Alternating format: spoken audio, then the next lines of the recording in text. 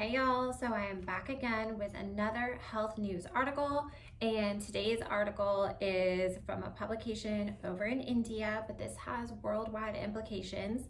So NDTV reports, what is idiot syndrome and how can internet searches hinder your health? So this so-called idiot syndrome is obviously not a real condition. It's just something they made up to make you feel really bad for doing your own research and realizing that you don't need them. So they came up with a name for this. This is actually an acronym, and it's probably the dumbest thing that I've ever heard. So it's a little weird that they're going to think they have the right to call you a person with idiot syndrome. So it stands for Internet-Derived Information Obstruction Treatment. This doesn't even make any sense. It sounds ridiculous. And this is actually also called cyberchondria, which is kind of like, when you're a hypochondriac, but you got it from the internet. So they had found this over in an NIH article from Curious journal, and basically, they are starting to use this term in order to make themselves feel better. And they want you to know that it's okay to use the internet as long as you go to credible websites, meaning ones that tell you what they want you to know and think. They also cite the fact that the WHO has called this an infodemic. So we have so much information that we don't need doctors anymore, and that is a problem because I'll tell you in a second. This I had to jump on over, so I actually did go to the WHO website, and they didn't say much except for that it is going to sow mistrust.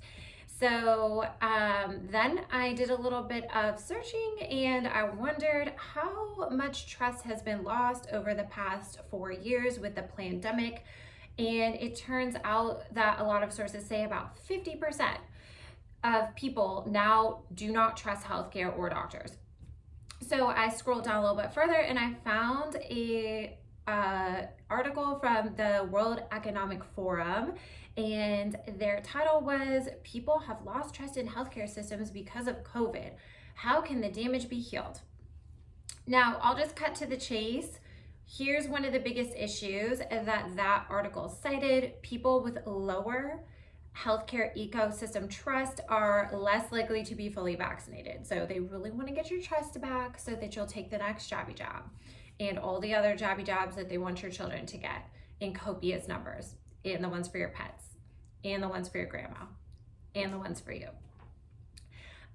So they talked about something very odd in their article. They said to tackle this healthcare, to tackle basically the distrust in healthcare, they need to address issues beyond healthcare. And would you guess these issues are ones very familiar to us and super strange and unrelated? So they said they need to tackle climate change, poverty, food prices, and racial injustice. And the reason that this was so creepy to me is because food prices, yeah, they're out of control, but our biggest problem with food and our health right now is the fact that our food is terrible. They spray it with glyphosate, they genetically modify it, they feed us food-like substances and tell us that we should like it. So how are they gonna make the food prices better and have higher quality food? My concern is that that's not the goal, and that they are going to use those food to implement even more stuff, like you're gonna eat the bugs, basically. All right, so they said something really, really odd in this article, and I'll just point this out. They said on the opposite end of people who lost trust, there's a second portion of people who had so much trust that no matter how many times they change recommendation, those people will assume. They didn't say no, they said assume that those changes are secondary to science. So do they even realize, and they're kind of pointing out the fact that some of y'all are a little too trusting. The way that they wrapped this article up, though, was so odd to me. So basically they talked about, it's not odd, it's what you would expect, but it's a little creepy again. So they talked about social capital and how important that is in trust. And basically, if your friends like it, if your friends take it, if your family likes it, then you'll probably like it and take it. And they said that this complements products like Prozac, sleeping pills, antacids, vitamin C's, and other retail pharmacy products. So basically, you really want to watch out for social people trying to gain social trust. Are they going to be marketing to you in new and exciting ways where they want you to know that your favorite influencers, your favorite public figures, your favorite celebrities, your favorite bloggers all really like these products and think that they're great, so that you will take them too? Couple examples of that, actually well back before the whole pandemic situation, somebody in my life had pointed out to me when I said these articles in this mommy blog about SSRIs and antidepressants are really odd.